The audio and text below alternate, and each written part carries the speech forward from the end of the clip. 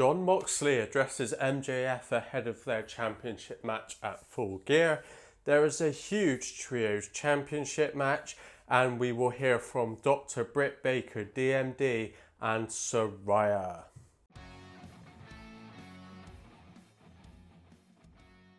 Hey guys, how you all doing? The Wrestling Guy back here today, and welcome to another episode of Dynamite Debrief, the series where we have a look at everything that's happened on this week's episode of Dynamite.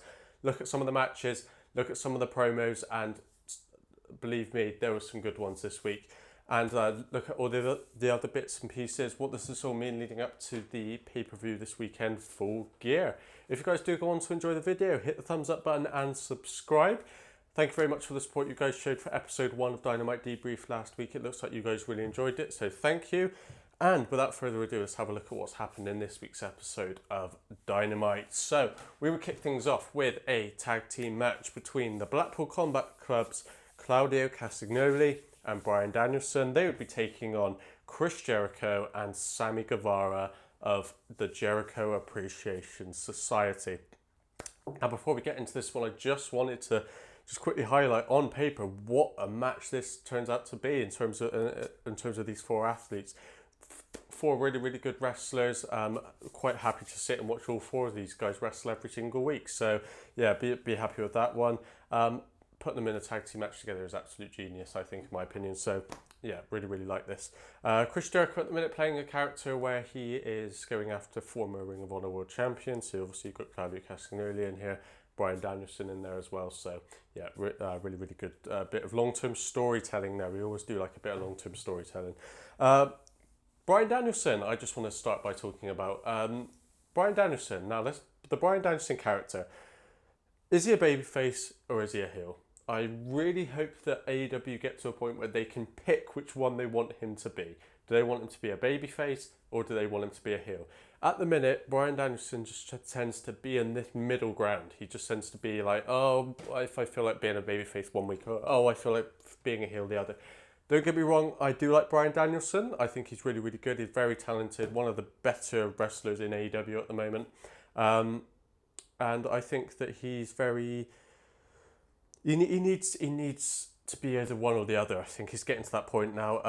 And in this match, we saw a very different side of Bryan Danielson. It was very heel-like, and I think that this has kind of been propelling down this heel tunnel for a couple of weeks now. Since Bryan Danielson obviously formed the Blackpool Combat Club with Jon Moxley and William Regal, I've been thinking that a heel Bryan Danielson would really, really work. Because they never really turned him babyface. I think that was the original plan when they brought in Bryan Danielson, was to turn him into a babyface. That never really happened. So why not turn him into a heel fully now? That would really work. I just want to also talk about Bryan Danielson's tag team partner, Claudio Castagnoli, who, in my opinion, was the highlight of this entire match. There was a nice story that kind of flowed through this match. It all worked really, really well. All four people did exactly what they needed to do in this matchup. Like I said, four very talented wrestlers. A couple of spots that could have gone a little bit better. Claudio Castagnoli hitting an awkward double splash on Guevara and Jericho right early on in the match, which really set the tone for the rest of the match, which was a bit of a shame, but still really, really good moments all the way through. Did want to quickly highlight the Ring of Honor commentator Ian Rakabani on commentary, who, bless his soul, nearly referred to Claudio Castagnoli as Cesaro. Now, if you're an honest wrestling fan, you know that everybody has done this at one point or another. Myself and the chairman have both referred to Claudio as Cesaro. At one point when he first joined AEW, we just decided to keep calling him Cesaro because it was much easier, but we have got more used to calling him Claudio Castagnoli now, or just Claudio. It's just easier for everyone. So yeah, poor Ian there. I'm sure he'll get ridiculed for that, but it happens to the best of us. So quickly, just on this match, it was very good, very, very good, hard-fought match. It was a good opener. It really got the crowd going. The winners of the match would be Castagnoli and Bryan Danielson. So good start on there for the Blackpool Combat Club. That's what we like to see. Our second match of the evening would be one half of the AEW World Tag Team Champions, Anthony Bowens, and he'd be going up against Swerve Strickland. Now, Anthony Bowens and Swerve Strickland, two really, really talented wrestlers. The Acclaimed obviously will be taking on Swerve and Our Glory at Full Gear for the tag team titles. The Acclaimed, before the match even started, announced that they've debuted their new music video called A Hand for a Hand. This was all before the match. And then obviously as Swerve Strickland was making his way down to the ring, we were going to see Max Caster and Billy Gunn come down to the ring, and they would attack Swerve Strickland before the match and would end up getting themselves ejected from ringside before the match had even started. Great work there, guys, for Anthony Bowens. Absolutely fantastic. Swerve Strickland. Now, I want to start by saying that this guy is absolutely money. This guy is an absolute license to print money. Swerve Strickland, in my opinion, is one of the best all-round wrestlers in the AEW locker room at the moment. He would start the match by going after Anthony Bowens' arm with that vicious snapback before delivering the Swerve Stomp, which got a very, very close 3 count. It was only a 2 count, unfortunately, but it did a fantastic job on there. This is making me excited for the match at Full Gear, and I think this was the sole purpose of this match. Obviously, the storyline between the Acclaimed and Swerve and Our Glory is building up. This is the third match in the rivalry, kind of the penultimate match. This just added that little bit of spice, added that little extra thing that we needed heading into the pay-per-view on the weekend, and I think it did everything it needed to do. So that's always good to see.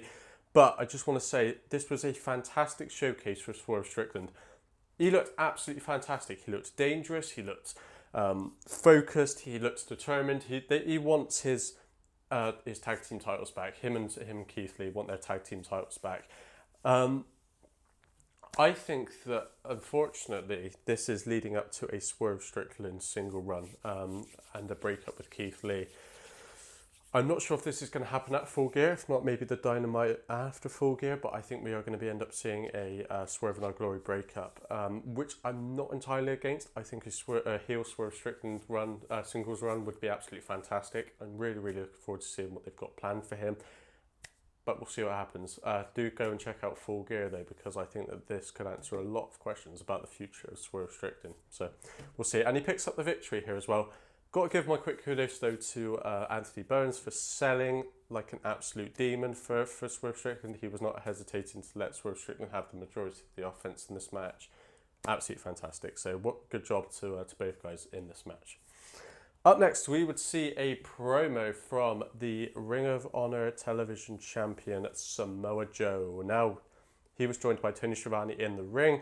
For this promo, we know that there's a rivalry building up between Samoa Joe and his former tag team partner, the TNT champion, Wardlow. And he would be talking about Wardlow.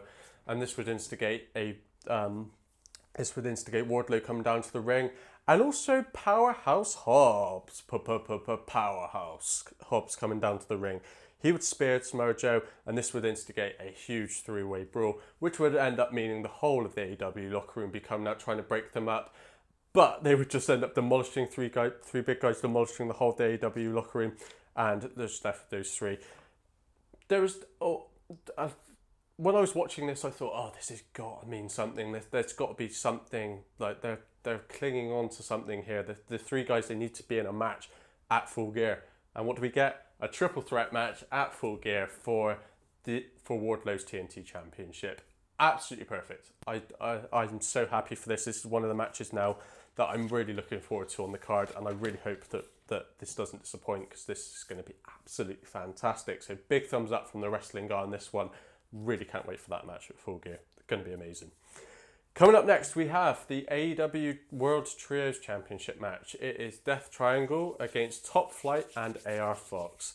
Can I just start by saying that the promo that Dr. Britt Baker DMD cut is arguably her best promo of her entire career.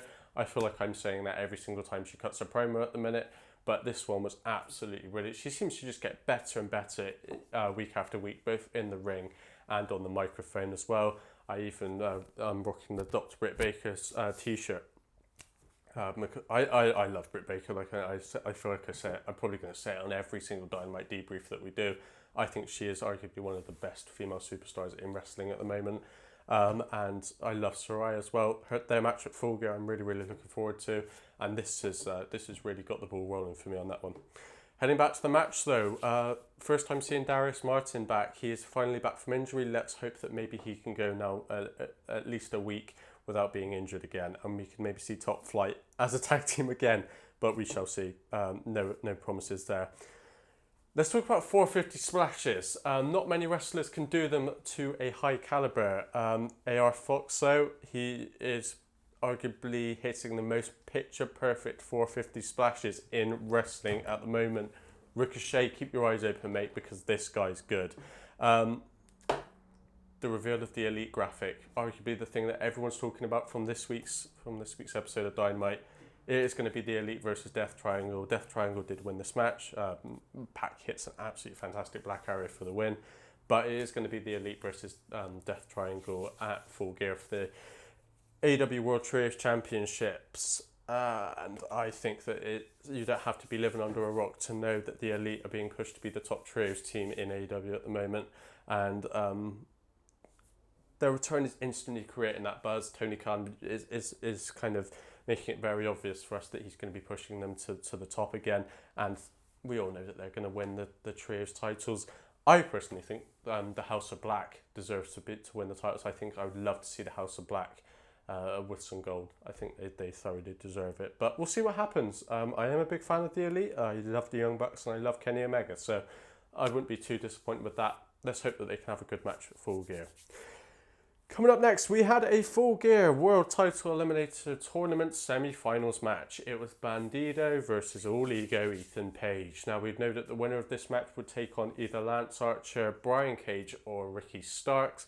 I personally think it's going to be Ricky Starks and Ethan Page in the final, but we'll see. And obviously, the winner of this match would get a AEW World Title opportunity at Winter is Coming. So a lot up for grabs on this one.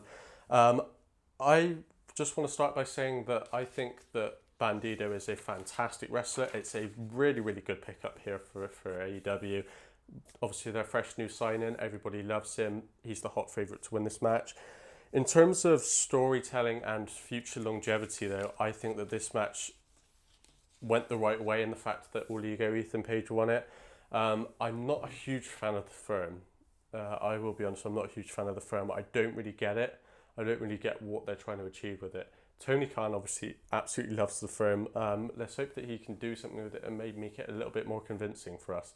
All Ego Ethan Page, though, I think that he is improving massively. I think he's a great wrestler. He's a great character. I liked him when he was in Men of the Year with Scorpio Sky, and I think that he has the potential to be a main event guy. So I think that this could be a good stepping stone for him. And like I said, I would love the finals to be Ethan Page versus Ricky Starks. Bandido, he's in a position at the minute with the company. He's so early on in his kind of AEW career that a loss isn't going to hurt him this early on. Let's build up the Bandido character, get him used to being on people's screens in AEW, and let's see where we can go from there. But yeah, Ethan Page through to the finals. So we'll see what happens on the other side of the bracket, and I'm sure we'll discuss that in next week's episode after Full Gear. Coming up next, we had the AEW Interim Women's Champion, Toni Storm, and she would be taking on Anna Jay. This was supposed to be the Bunny in this match, so apologies for all of the graphics here. It was originally supposed to be the Bunny. We never did get to the bottom as to why it wasn't the Bunny. The commentary team, unfortunately, didn't say anything. We never got an explanation, so that's a shame. And I think that this did hinder this match a little bit. Anna Jay is a fantastic replacement. I'm a big fan of hers. She's doing some great stuff at the minute. Toni Storm needs a little bit of a push going into her match with Jamie Hayter at Full Gear.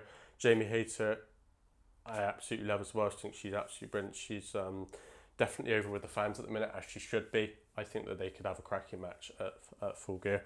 But yeah, I think this match suffered a little bit. It came across very rushed and kind of chucked together. It kind of just needed to fill the time type thing, which was okay. You're not really expecting much from it. After the match, obviously Jamie Hayter was going to come down to the ring. They were going to have a face-to-face confrontation just to give that fans that little visual that they need going into Full Gear on the weekend. So yeah, we'll see what happens on there. Good stuff though. And then we would end with arguably my favourite moment of the entire night, Jon Moxley and MJF, their final words to each other before Full Gear. The huge AEW World Championship match before on the weekend. This is going to be absolutely amazing. I'm really, really looking forward to this match. I've just picked out a couple of quotes, though, that I wanted to say, because this was an intense verbal showdown between these two. Champion and challenger, that typical thing that you needed. yeah, I just wanted to pick out a couple of things that they'd said. So Jon Moxley turns around and says, "I am the best professional wrestler on planet Earth." A very basic, cheap champion line there, so not really a lot to write home about with that one. MJF isn't challenging me, I'm challenging MJF. Go on, John, just hand the mic over to MJF. And this is where it starts picking up. MJF, I need that belt more than I need water, more than I need food, and more than I need oxygen. There we go. This starting to pick up now. MJF, arguably, in my opinion, one of the best on the mic. I think he's absolutely fantastic. And then he turns around and says, my favourite line, "The greatest trick the devil ever played was convincing the world he didn't exist." Please put that on a t-shirt. I would get that. That is absolutely brilliant. This was kind of hinting towards the fact that the man that they'd seen in recent weeks may not be who he claims to be.